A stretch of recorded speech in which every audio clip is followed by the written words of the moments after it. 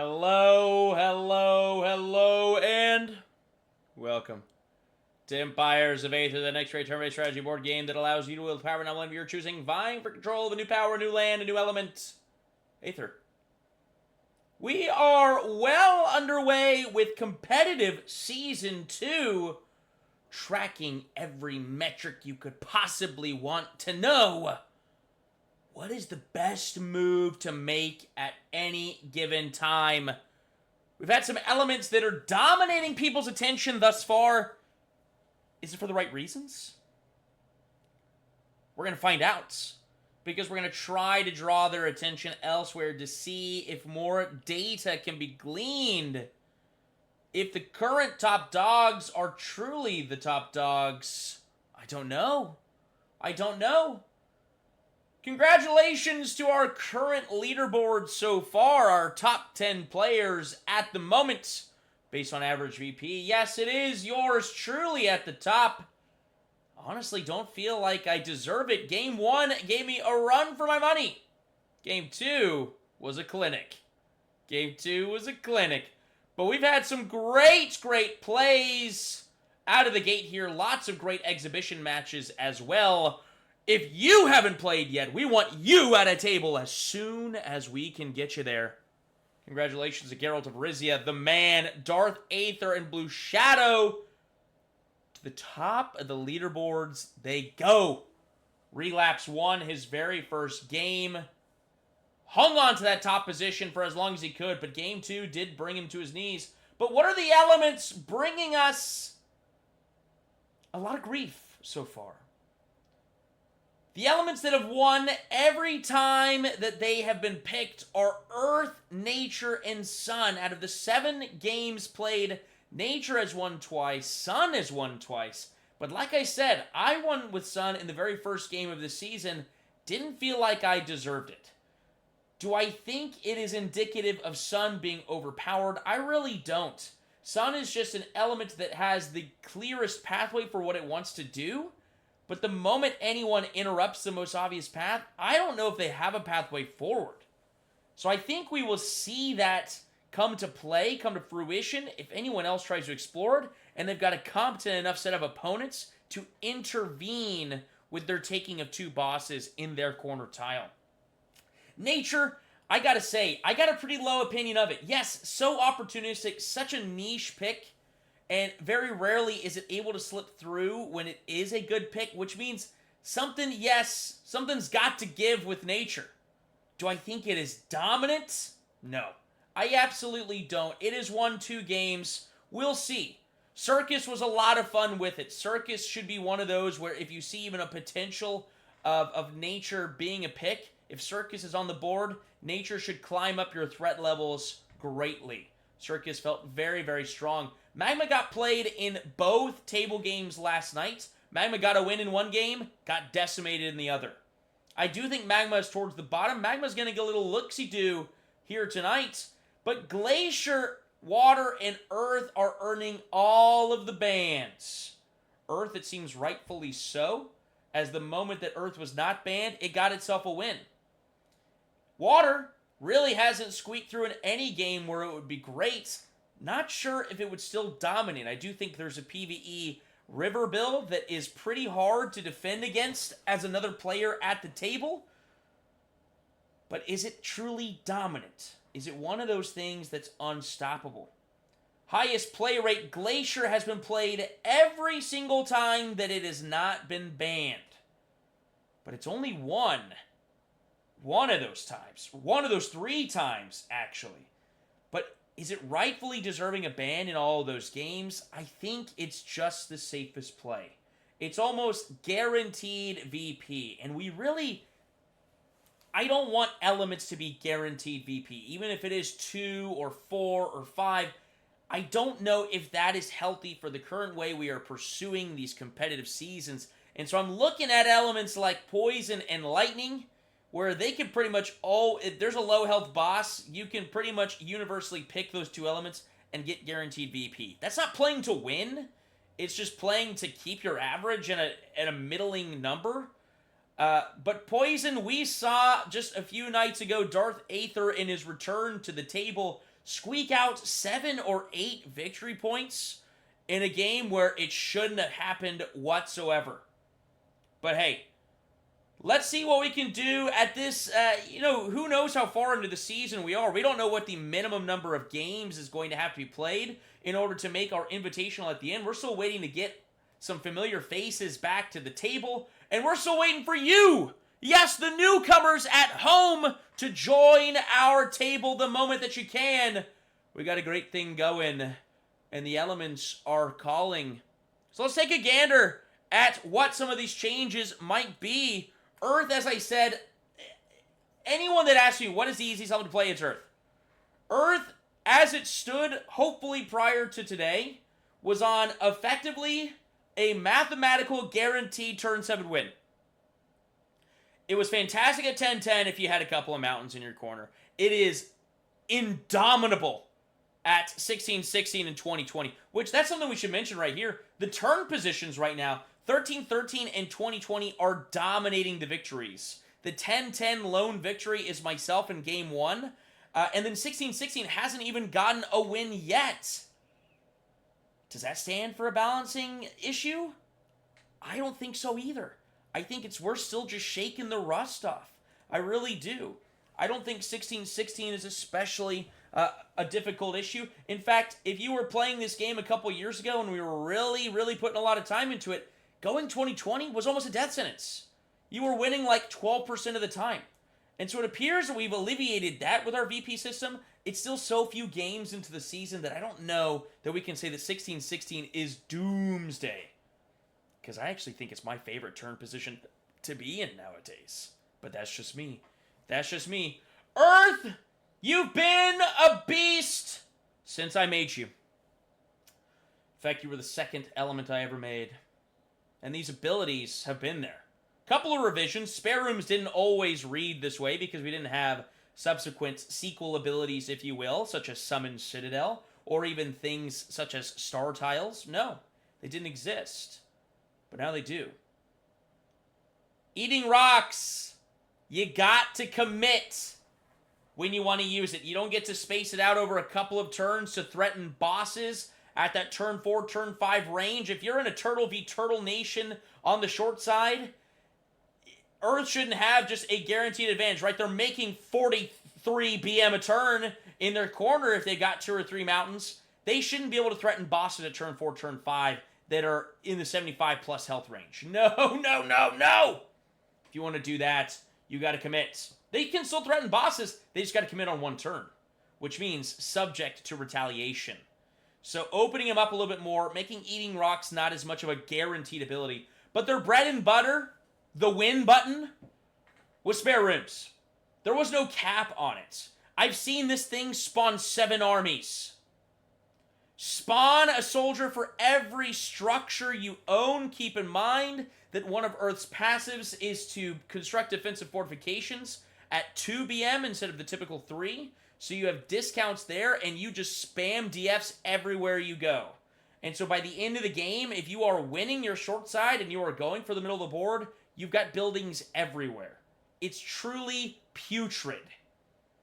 And so 10 armies is achievable. Killing bosses is achievable. Winning Aether is almost a certainty. Right? It's disgusting. I'm capping it at 4 armies, and even that might be too strong. We'll see. We shall see. The other thing, I've only seen their monument played a couple of times, and already could tell it was filthy. But I do want to clarify some text on it. I'm tuning it back just a little bit. You're only getting the minimum army roll to contribute to value, so it's going from 20 to 15. That's just a small tweak there. The biggest change here is clarification. I thought it was pretty, obvious, if you think about it. The catapult doesn't contribute to its battles on its own tile. Just wanted to clarify that, right? It's working just like the newly modified Lightning Monument. Speaking of Lightning, yeah, I think they're towards the top as well. Lightning is super, super cream of the crop top, and if you've played this game for a few years, that's nothing new. But Glacier, this is going to be a huge change for them. We are nerfing their tier 2 ability from spawning 2 blizzards to 1 blizzard. So you're getting 1 blizzard with Phantom Min Ice in tier 1 You're getting a second Blizzard from Attack of the Snows. This is a big, big deal. It doesn't make Glacier as safe of a pick. The caveat, though, their weather event was the most detrimental weather event to any nation, right? Every other element in the game has a -2 dice roll whenever their negative weather event pops, aside from Blood, whose general doesn't get to attack or defend that turn. That's a big deal as well. But Glacier's was remove a Blizzard from the board. Do you know what so frequently was occurring?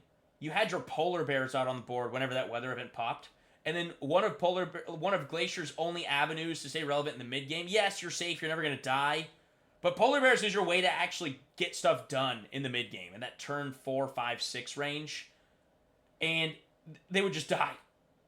If you randomly lose your Blizzard, not because an opponent outplayed you, you lost your main way of being relevant.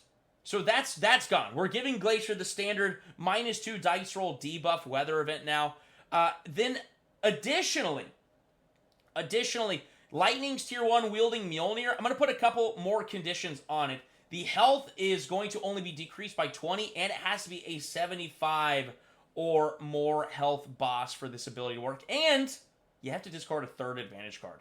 You got to save those advantage cards. Because the way it was written before, you just took it every game, I think. And then, like, your general and an army with Command Thunderstorm, are you kidding me? You could take anything you wanted. That's gross. Gross. People were even throwing away equipments.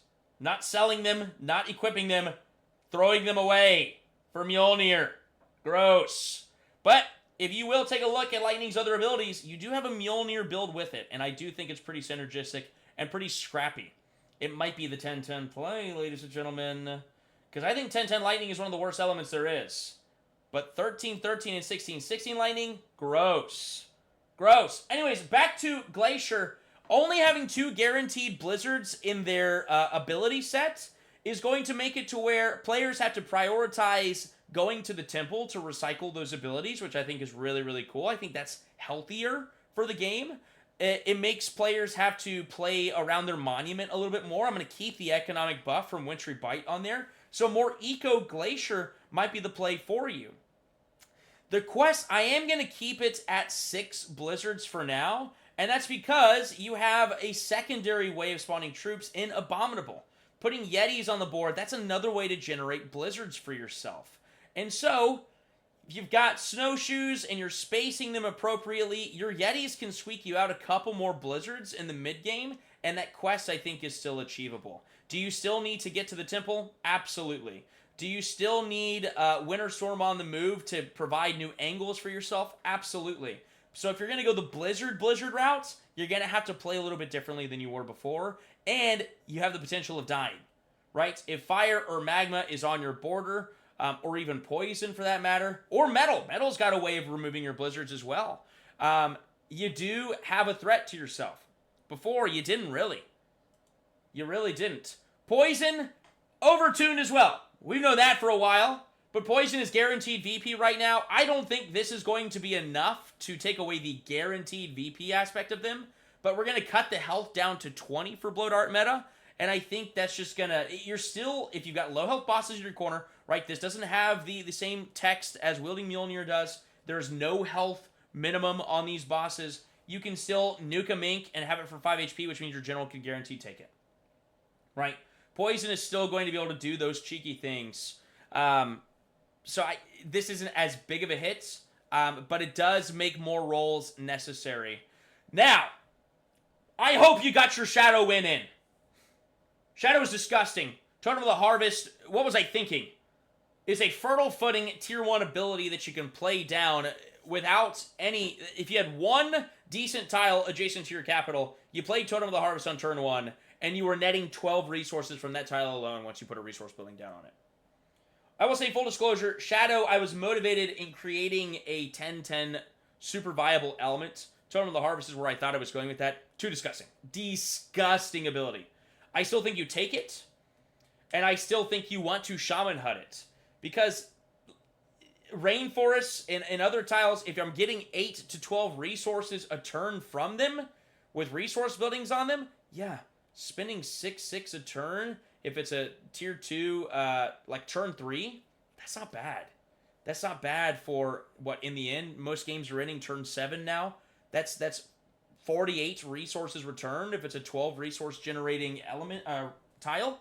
And that's only if you do it on one tile. You could place it again the next turn with Shaman Huts. Crazy. So Shaman Hut, I am putting clarifying text on the fact that you can't have 2 totems of the same name on the same tile. If you look at their big card, it says, I can't have 2 totems on a tile, period. But Shaman Hut overrides that by allowing you to place it on any tile you own, not just the one that your general is on, except for your tier 2, tier 3 totems. Then, additionally, Totem Hoarder, we are making it align with all the other control X amount of stuff tiles at the end of the turn. Before it was just get 6 totems, get 6 VP. That's gross. Don't like that. So now it's end of the turn cycle, then you earn the points. You can't lose them even if you lose your totems after that. That's how every other quest works. This is not a nerf. This is just consistency across the board here. Then Totem of the Dread, really gross with how strong Totem of the Harvest was and this spam ability from Shaman Hut. I'm going to go ahead and nerf Totem of the Dread as well and clarify it. It was never intended to reduce the dice roll of your opponents attacking bosses that were within 2 tiles of you. But we did clarify it to make it to where it's just when they're attacking you, they have a -1.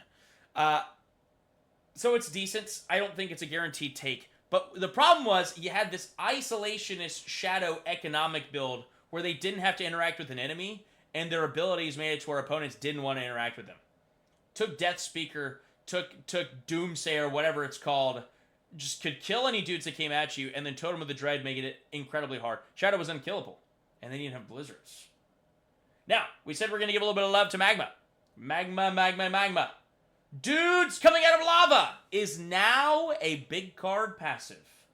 I do think Magma was towards the very, very bottom of the elements. I put Blood and Magma down there. Magma was ahead of Blood. So yeah, we still got to figure out what's going on with Blood. Blood did have just a big change to its passives here. So we still need to get some data back on that. But Magma is very, very weak. And I want it to be viable in more positions than just 2020 Pompeii Magma. We want it to be a little more flexible. And so now, instead of just Volcanoes generating 1 soldier per turn as your big card passive and having to take 2 separate abilities, one at tier 2, one at tier 3 to get more soldiers, Volcanoes now generate 1 soldier per current tier at the start of each turn. If you are tier 2, all your Volcanoes spawn 2 soldiers. If you're tier 3, they all spawn 3 soldiers. Very, very juicy. And now, it hasn't been looked at that much. I think it is a flawed element at its core. I have never withheld that. I'm going to give a little bit of love to Moon. I think we're in very dangerous territory. A little bit of love to Moon. I'm going to make it to where forests double with resource building in their food production. That means you can get 4 food from a forest. Dangerous already. And then I'm going to give them a tier 1 that lets them put another forest in their corner. I think Moon just went from a situational S tier to a universal A tier with this. I am scared. There's a chance we meet back here, same time, same place, a week from now, and we undo everything we just did. But Moon should be a little more useful than it is right now. Ladies and gentlemen, that's what we've got. That's the story, and I'm sticking to it. It's Empires of Aether, the next great turn-based strategy board game. You know the rest.